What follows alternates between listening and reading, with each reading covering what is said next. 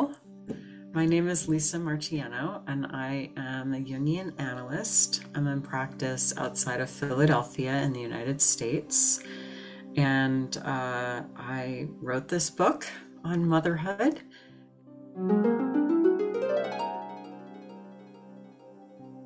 I'll share that the book kind of presented itself to me, the idea did, when my daughter was 2 years old and my son was an infant. And for me, it was really hard having a toddler and an infant. And I remember this one day in particular. I mean, every day was hard, but I remember this one day when the kids had gotten up. They used to wake up so early. You know, they would just be awake for the day at like 4:45, and so they'd gotten up really early. So by 8 o'clock in the morning, it had already been a long day, and I was like, I don't know what I'm going to do the rest of the day. And it was so cold, you couldn't really get out, and I was feeling kind of alone and isolated. And I was like, you know, we finished breakfast, cleaned up for breakfast. I was like, I've got to go for a walk. So I struggled to get them into their warm clothes, and I got them into the double stroller, and I'm pushing the double stroller along, and it's a bitter cold, and the stroller's getting stuck on the sidewalk. And I just thought, God, everything about being a mother is so hard.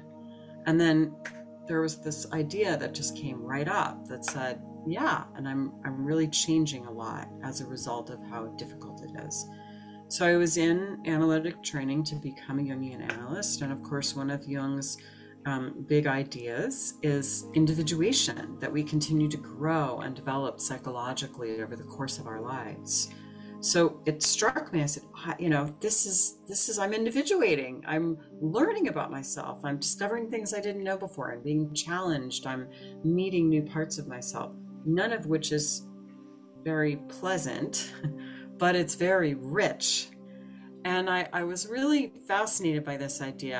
I wanted to read more about it. You know, who's written about, you know, motherhood and individuation? Where's that book? And I went off looking for that book, and I couldn't find it. So I wouldn't say that I decided to write it then and there, but I would say that the idea sort of gripped me then and there, which, you know, looking back on it, I was so lucky, because it gave me a way to think about all of the experiences that were to come for me. So when I think about my purpose in writing the book, you know, I think that I recognized that motherhood was even more enjoyable and meaningful when I could see it as an opportunity for my own growth as well. I mean, obviously, it matters that we try to do a good job of parenting our kids, but just sort of tracking like, wow, and here's what I'm learning about me, made it even richer. And I suppose I wanted to share that perspective with other women. So I would recommend the book to any mom with a child of any age. I've had pregnant women read it and say that they found it really helpful. I've had grandmothers read it and say that they found it really helpful.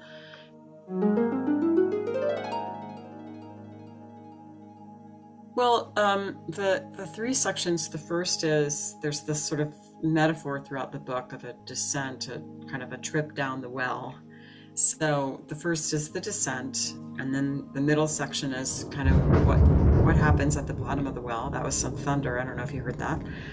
And then the third section is the return. And that metaphor, actually, a version of it was proposed by an anthropologist named Van Gennep over 100 years ago, when he was talking about initiation.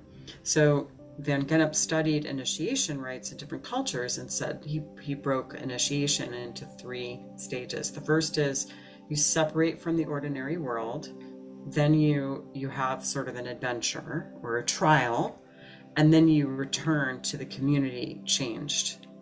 So in a way, this idea of initiation it kind of undergirds the book, although I don't think I use that word very often in the book. But I was really thinking of that, and the truth about initiation from a psychological standpoint is we do it again and again and again throughout our life. So I think that, you know, as we are mothering, we're having multiple times when we kind of leave who we were before behind. We have some kind of trial or hardship, and then we can return changed. So I see it as a kind of cyclical thing, but all three of those are important. And so it seemed like just the natural way to break this material apart.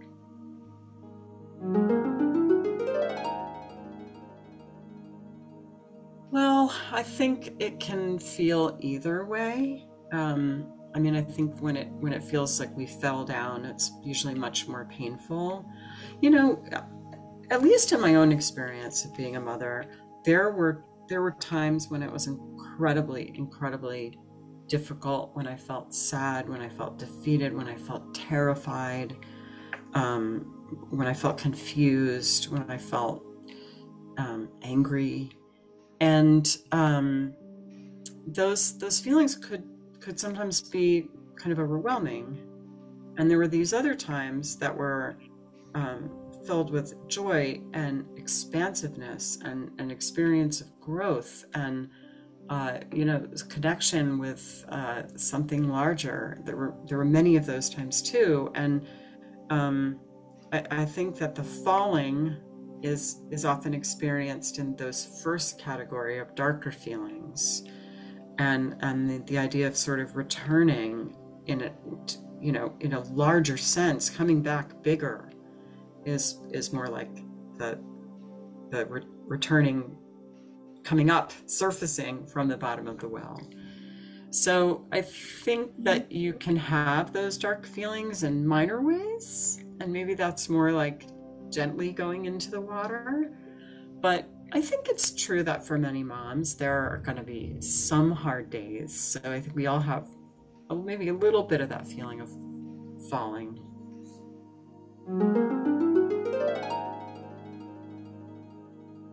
Well, I mean, I think in some ways the whole book is an answer to that question, because motherhood changed me profoundly in so many ways. I mean, it breaks you open, it opens your heart, it teaches you about your own limitations, both in terms of just your foibles and your tendency to make a mess of things, as well as limitations in terms of, we're not omnipotent. We can't, there are things about our lives, our children, ourselves, our children's lives that we can't control.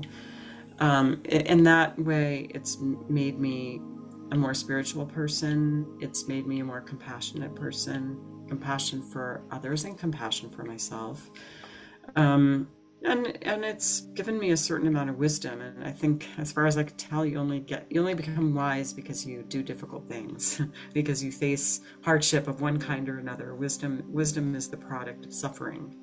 And I don't want to imply that motherhood was an experience of suffering for me. I mean, it was wonderful. But of course, there were times when I suffered.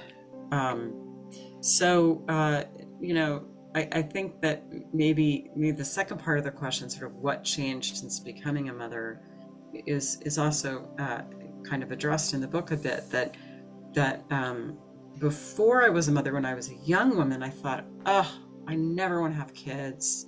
It's such a waste of time. I need to go out in the world and do big things, and I don't have time to make,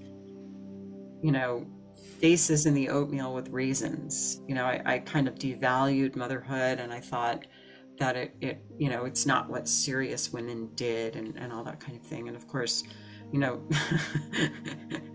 that was very hubristic of me. I really didn't know what the heck I was talking about, because motherhood is an incredible personal psycho-spiritual challenge. And it is, and I do believe that in many ways it is the most important thing that we can do. I don't want to disparage people who don't have children, but maybe a little overcorrection there, perhaps. But I think that, far from being the thing that would get in the way of me self-actualizing, motherhood has maybe been the thing that was most important in me becoming the person I was meant to be.